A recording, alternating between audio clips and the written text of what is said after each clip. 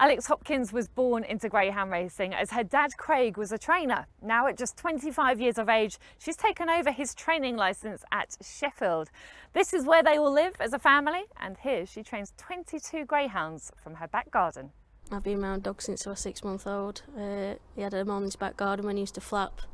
I used to be in and out of there, stroking the dogs and things, and he had a couple of dogs with Peter Baum on Sheffield, and I used to go down with my mum and watch them on the railings and things like that. A lot of things have come through my dad, and when he used to work for Barry, I used to go down to the Draper's kennels and stroke and look after one of the dogs called Billy, who used to feed him custard creams every Sunday.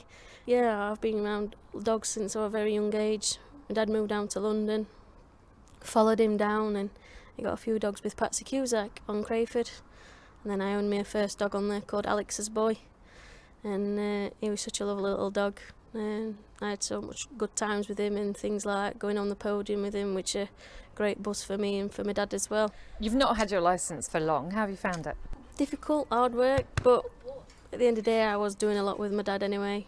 But now, since I've taken over and seen everything you've got to go through, talking to the racing office, getting the trials booked in, open racing, looking for the dogs to where to place them and things like that for your pups coming through, getting trials in.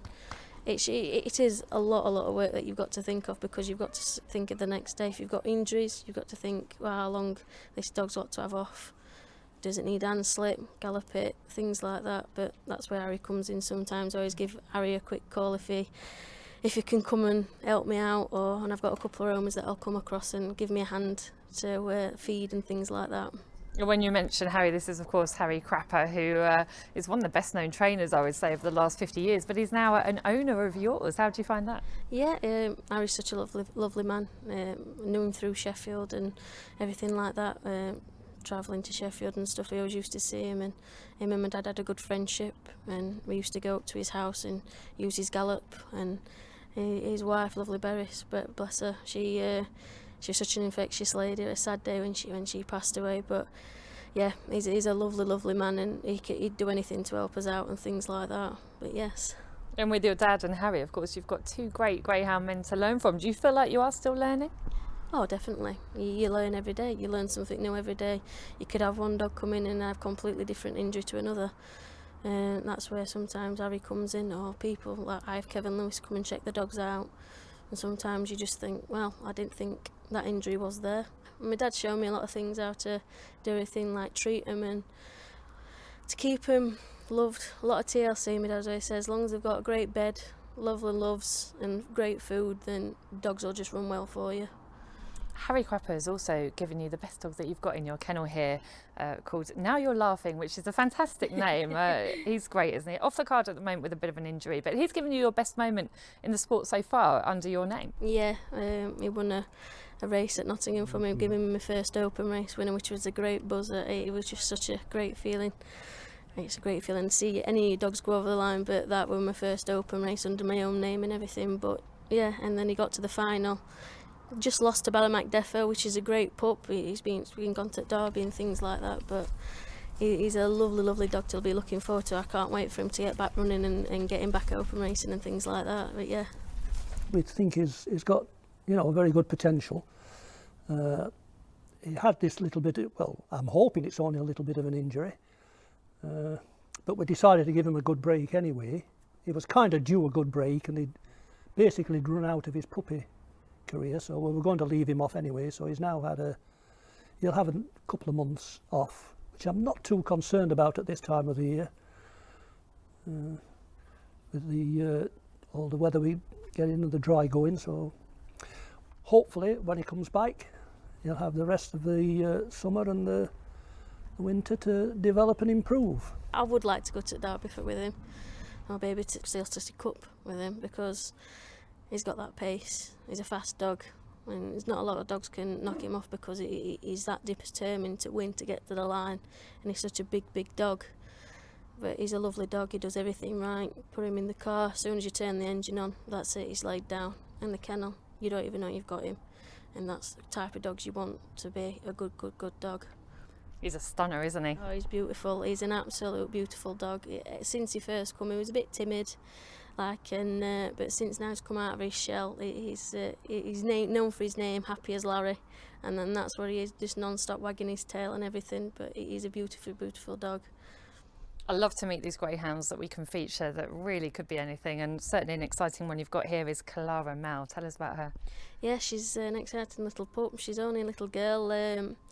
I got her off of the bloke that bred Now You're Laughing, called Brian Kennedy. I asked him if he'd got any pups for sale, and he put me onto her, and she's been ever so good. She's only had 6 races in her lifetime, and she's won 2 sprints at Sheffield. We've stepped her up to 500, and she won her first race over there, and she flew away from him. So I'm hoping she's going to be a good sayer. She doesn't show any ounce of exhaustion. She's just very, very relentless. She just keeps going and going and going. She's just on the ball all the time. When she gets to the trip, she's just hardly panting. As soon as she gets back, she's just well recovered and back on it again.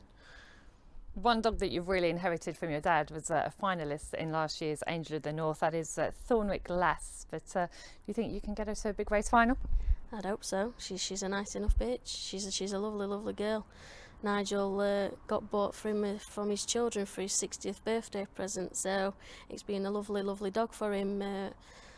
Yeah, couldn't believe that she won that night at Newcastle, but it was a great, great feeling. She wins A1s and A2s at Sheffield for fun, doesn't she? So whenever we see her on the card on RPG TV, we should take note. Oh yeah, most definitely.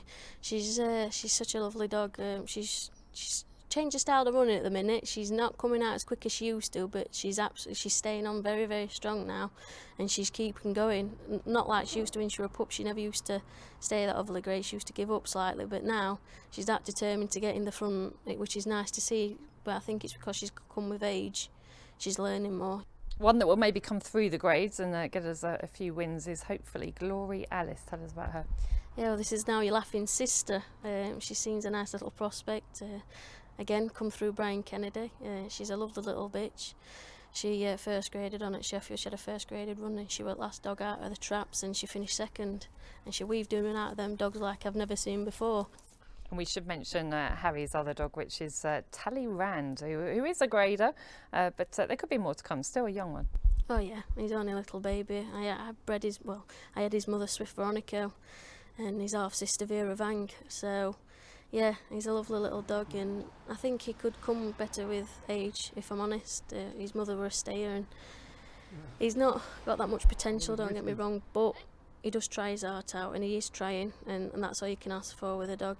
You do like to breed your own, and we've seen 2 lovely brood bitches here today. Yeah, them 2 brood bitches are from a long line. We had the mother, the grandmother, and the sisters, so it's lovely to see that, having them in your arms and seeing them to race at the track and winning races, to come back to having their own litters. It is just a lovely, lovely feeling. But yeah, they're through my dad and everything like that. My dad used to love breeding the dogs and things, but them 2 brood bitches will stay here till they sadly go. But they are beautiful.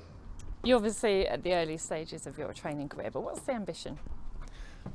The ambition is to try and achieve what my dad achieved, just doing what everybody else tries to do, win big competitions. And you can't win a race if you don't buy a raffle ticket, can you? So that's another thing. You've just got to find your races, take these big guns on. Even though I'm only a little unknown person, I do like to enter big races, to take these big guns on and show them what we can actually do.